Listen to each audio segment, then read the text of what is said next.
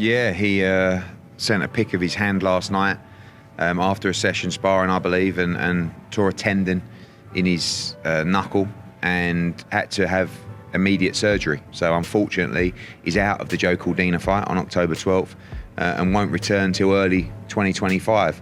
As I said, straight into surgery. So hoping for a good job in there and back to work as soon as possible. He's very disappointed. Obviously, he was looking forward to fighting in Riyadh season, but needs to get this done, can't continue fighting. And as I said, quick operation and back to business early 2025. Dante's Boxing Nation, what's going on, guys? So Shakur Stevenson is now officially off of the Beterbiev versus Bivol card. He was a great addition, even though he wasn't really fighting a name. But just to have a Shakur Stevenson as the co-main event, it would have really helped out this card, because we know that when it comes to Bivol versus Beterbiev, neither one of them are big draws in the sport of boxing. But with this being one of the slowest years of boxing in recent years, this is still one of the most significant fights of the year. Now with Shakur Stevenson off of this card, he goes into February next year to fight against William Zepeda. And I'm assuming after the William Zepeda fight, he's going to be fighting against Gervonta Tank Davis, because no other fight is going to make any sense for either one of them. When it comes to Gervonta, trainer Ricky Funes came out and he said he knows who Gervonta is fighting next. He said it's one of Robert Garcia's fighters, which most likely means that's Jose El Rayo.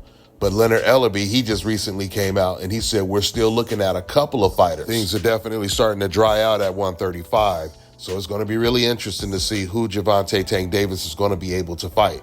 The fight that makes the most sense right now would be against Teofimo Lopez. The only problem is Teofimo Lopez, he's been avoiding Gervonta Tank Davis for years. Everybody wants to see you fight guys like Devin, Gervonta, Shakur. There's no way in hell, like, you're just going to walk away from those big fights. And even though you have accomplished more than a lot of those guys, you're just going to walk away from fighting guys like that now? I am. Yeah, I am. I think the reason why I'm walking away is that not... competitive fire's not in there, man? It's not about the competitiveness. I could beat those guys if it was just those guys that I'm fighting. I'm fighting the referee, I'm fighting the judges, I'm fighting their cornerman, and I'm fighting the commentators. That right there is like, enough is enough. You know how many times they're going to try to force? If I sign another contract, this is how I see it. Let's say I sign a contract. Let's say with Tank, and we face each other. They'll find a way to postpone the fight and keep postponing the fight, having me wait my time. So basically, Teofimo Lopez, he's saying he's going to lose if he fights Gervonta.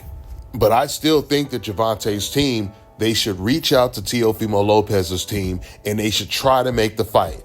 So at least we have receipts when Teofimo tries to cap, telling people how he wanted the fight and they didn't want the fight, etc., etc. They need to send him an offer if they haven't already did it, and they need to expose him when he turns down the fight. Another fight that would be huge right now, believe it or not, for Gervonta Tank Davis would be against Manny Pacquiao. But the only problem is, I think Manny Pacquiao, he said he would fight Gervonta, but he would only come down to like 144 or something like that. And I don't think Gervonta is willing to go that high.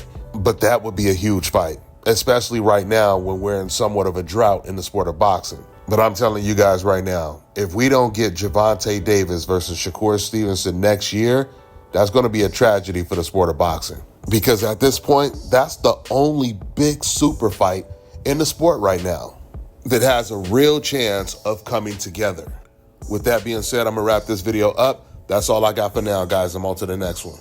All right, now check this out, guys. If you're looking to repair eczema scars, burns and bruises, dark spots and blemishes, fever blisters, diabetic ulcers, this right here is the perfect product for you guys. It's called LO Key Face and Body Oil. Athletes and top-ranking boxers, they're also using it after training to reduce swelling, inflammation, and to ease the pain. So get yours today. Go to LODkey.com, like them on Facebook, and follow them on Instagram.